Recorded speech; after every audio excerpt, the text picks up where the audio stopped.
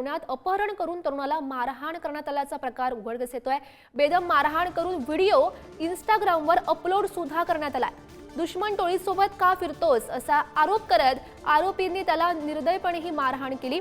Yerwada police ठाण्यात गुन्हा दाखल झालेला आहे। आरोपी विकी उर्फ विजय कमळे, तुषार शेठे आणि शैलेश ससाणे यांना अटकही करण्यात आली आहे। जो व्हिडिओ इंस्टाग्रामवर पोस्ट केलेला आहे तो व्हिडिओ सुद्धा आपण पाहू शकतो। पुण्यात अपहरण करण्यात आलं तरुणाचं आणि त्यानंतर त्याला मारहाण करण्यात आली आणि हा जो व्हिडिओ आहे तो इंस्टाग्रामवर अपलोड सुद्धा करण्यात आलेला आहे। दुश्मन टोळीसोबत का फिरतोस असा आरोप करत आरोपींनी या तरुणाला मारहाण केली। ती दृश्य आपण सध्या पाहतोय। या संदर्भात अधिकची माहिती जाणून घेऊयात। आमचे प्रतिनिधी बालाजी पोद्दार सध्या आपल्यासोबत आहेत।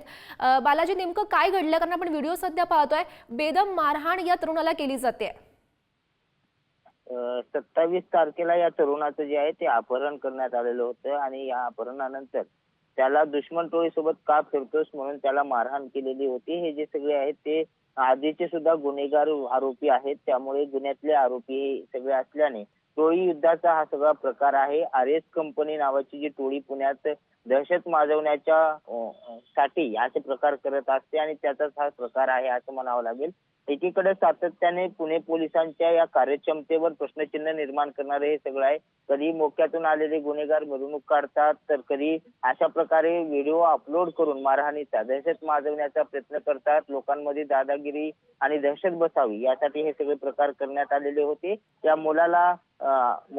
मुलाच्या आईने जी आहे ती आता एक फिर्याद दिलेली आहे आणि सध्या त्यांचे कुटुंबीय खूप घाबरले असल्याची माहिती आहे, कारण 27 जानेवारी पासून हा सगळा प्रकार घडलेला होता। आता या सगळ्या आरोपींना पुणे पोलिसांनी अटक केली आहे। मात्र अशा पद्धतीने सातत्याने पुण्यामध्ये अशा प्रकारे सोशल मीडियाच्या माध्यमातून दहशत निर्माण करण्याचा प्रयत्न इथल्या टोळ्या करतायत, त्यामुळे पुणे पोलिसांनी यावर कठोर कारवाई करणं अपेक्षित आहे। गौरी, नक्कीच बालाजी, पोलिसांची नेमकी भूमिका काय असेल या संदर्भात हे पाहणं महत्त्वाचं असेल। धन्यवाद दिलेल्या सविस्तर माहितीसाठी।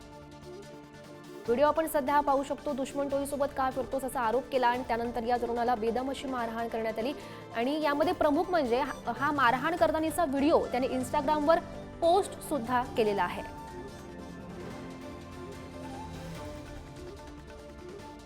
बेदम मारहाण करून हा व्हिडिओ इंस्टाग्रामवर पोस्ट करण्यात आलेला आहे। धक्कादायक असा हा प्रकार पुण्यामध्ये घडला आणि यामध्ये दुश्मन टोळीसोबत का फिरतोस असा आरोप या आरोपीने केला आणि हा जो व्हिडिओ आहे तो इंस्टाग्रामवर पोस्ट केलेला आहे। पोलीस या संदर्भात नेमकी काय भूमिका घेतात, काय नेमकी कारवाई केली जाते हे पाहणं सुद्धा महत्त्वाचं असेल।